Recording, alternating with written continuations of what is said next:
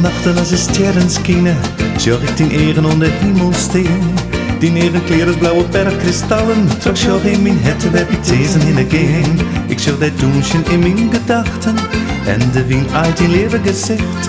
Door wevens dreamen in al mijn nachten, en juist het leven zijn kleuren. Voor alle rozen betinkt zo geuren, en wat te zwier is, dat maakt het licht. Eensoms kind nou de mannen, zocht het zelfs in het wetten. Eensoms kind nou de mannen, zocht het zelfs in het wetten. Oh, wat viel ik mij lokken, tot ik die aan die leeste. Oh, wat viel ik mij lokken, tot ik die aan die leeste.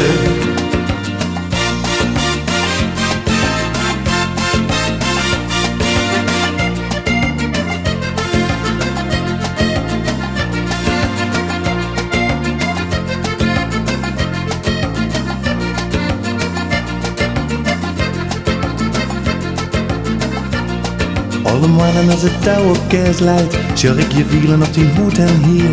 Die hoed viel doen als een zuiden in een jul, die jaren en de wereld binnen fleuren van de zwier. Ik viel die lippen in mijn gedachten, en mijn hand uit een leven gezicht. Door wevens dreamen in al mijn nachten, en juist het leven zijn kleuren.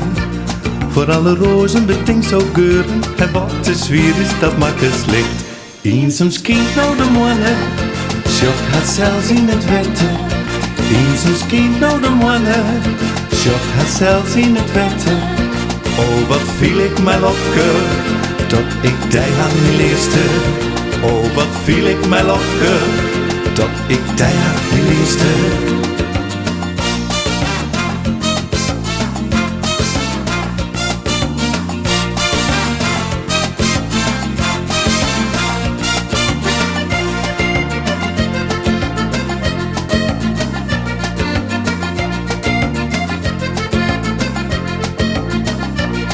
Alle meisjes als een vogelsfluitje, jerkt de jongen mij de nachtegaal.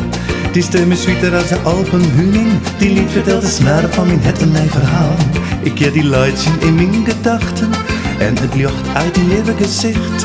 Door wevens dreamen in al mijn nachten, juist het leven zijn kleuren. Voor alle rozen betinkt zo geuren, en wat te zwier is, dat maakt het licht. En eensoms kind nou de mannen, zocht het zelfs in het wetten.